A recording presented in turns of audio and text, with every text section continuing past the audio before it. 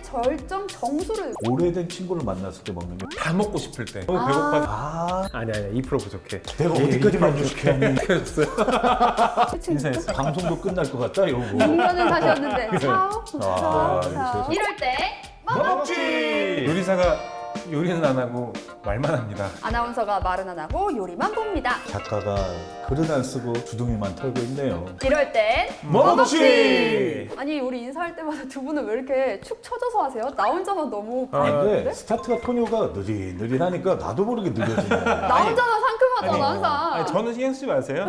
원래 좀 느리는. 랩으로 해보자고. 자신 있어 나는. 아나운서가 말은 안 하고 아나운서가 말은 안 하고. 자 오늘은 무슨 그러면 오늘 메뉴인가요? 시작은 부대찌개입니다. 부대찌개.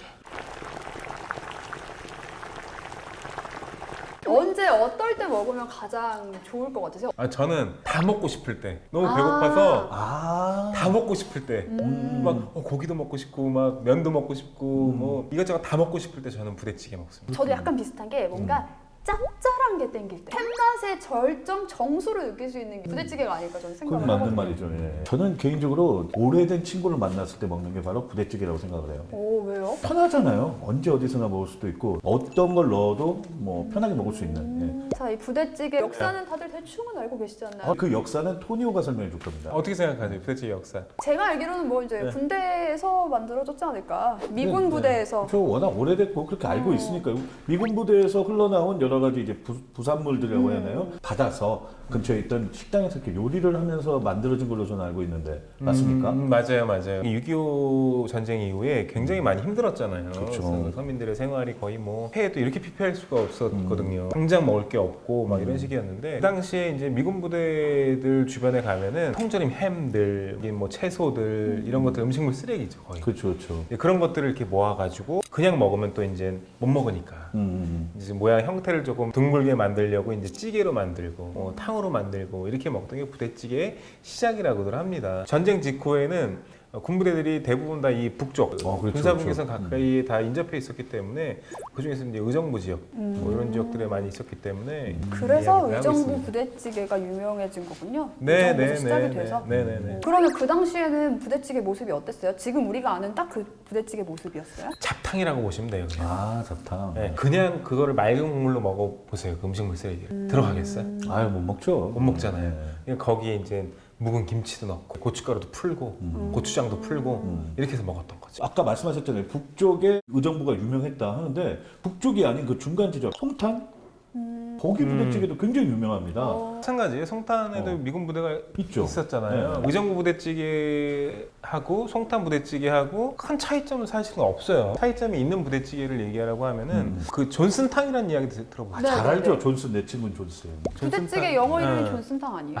아니야. 아니에요? 나 큰일 났네. 네이버 좀 그만 믿어. 아니에요? 네. 뭐예요 그럼? 존슨탕은 뭐냐면 미국 대통령 중에 린든 존슨 대통령이 방한을 합니다. 그래서 이제 용산 미군기지 옆에 가서 이제 뭐 그렇죠. 부대찌개 집이 있는데 자기는 이제 매운 걸 못 먹으니까 그게 그러다 치즈 한 존슨탕이에요? 장을 띄워놓고 고춧가루, 김치 빼줘라 이렇게 해서 그걸 먹은 거예요. 그게 존슨탕의 원조예요. 오리지널 존슨탕을 먹으러 가면 국물이 빨갛지가 않아요. 그래요? 굉장히 옅어요. 김치를 씻어서 넣는 것도 있고 저는 되게 궁금한 게 이게 처음 알았거든요. 저는. 그러면 흔히 하는 의정부 부대찌개와 송탄 부대찌개는 어떻게 보면 전국적으로 체인점화가 되어 있는데 존슨탕이라는 그런 맛을 내는 그런 거는 왜 전 국민들에게 이렇게 대중화가 많이 되지 못했을까요? 우리나라 사람들은 입맛에 맞지가 않거든요. 느끼하거든. 기한 맛이 더 강한 네. 거구나. 존슨탕하고 일반 부대찌개하고의 차이점은 매운맛에 있다고 보시면 돼요. 고춧가루를 넣느냐, 고추장을 넣느냐, 붉은 김치를 넣느냐, 그래서 칼칼하냐, 뭐 요 차이가 있다고 보시면 되는데 존슨탕에는 요 칼칼한 맛들이 빠져 있어요. 칼칼함이 중요한데 사실. 네. 그러면 부대찌개에 사실 들어가는 게 정말 많잖아요. 많죠. 네. 그 중에서 제일 좋아하는 나의 최애. 옛날 기준으로 얘기할까요? 70년대 기준으로? 70년대 기준 한번 얘기해 주세요. 70년대 기준으로 김치를 그대로 넣어가지고 찜처럼 거의 발발발 끓인 다음에 그걸 엄마가 찢어줬을 때 그 김치를 쪼개 먹을 때 맛. 국물과 함께. 아니야 2% 부족해. 내가 어디까지 만족시켜야 하니? 내가 어디까지 만족시켜야 돼? 너무 부담스럽다. 저는 다른 거 다 필요 없고 부대찌개에 혹시 콩나물 들어가는 거 보셨어요?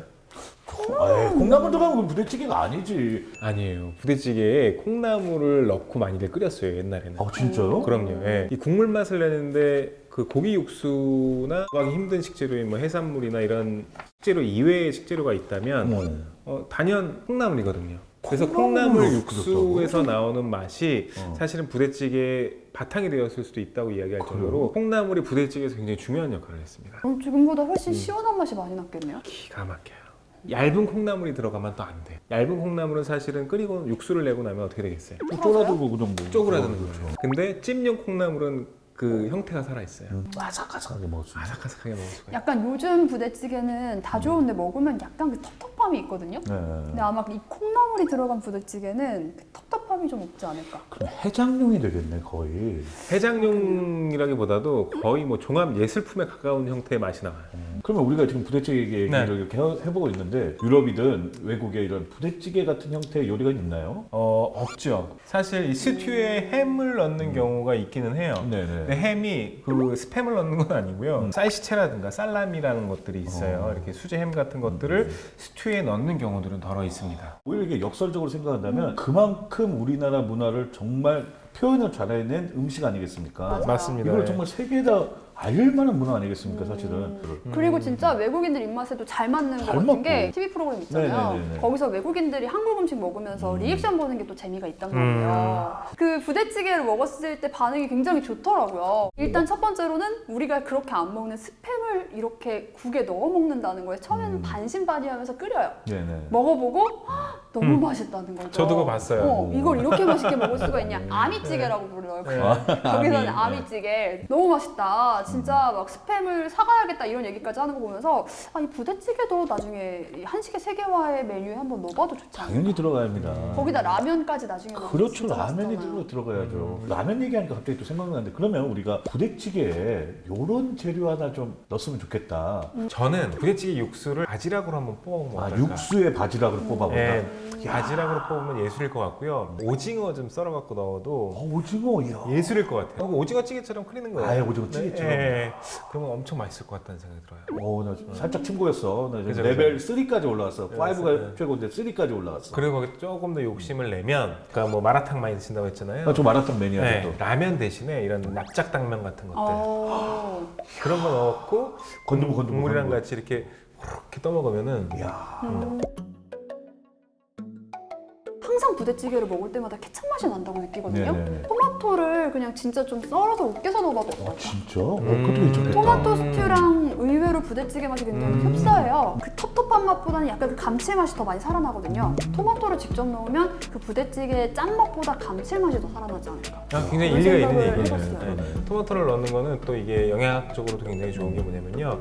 토마토에는 칼륨이 많아요. 칼륨이 하는 역할이 뭐냐면 나트륨을 체외로 배출시키는 역할을 합니다. 찌개나 이런 데 토마토를 넣고 같이 끓이시면은 좀 더욱더 건강하게 먹을 수 있는 그런 음식이 되기는 해요. 나 야, 걸렸어. 우리 프로가 알토란이 돼가고 있구나. 그러니까요. 야, 좋았어. 네, 그리고 제가 또 하나 더 있는데 안 알려드리려고 했는데 부대찌개 끓여 먹을 때 네. 카레가루 한 작은술만 넣어보세요.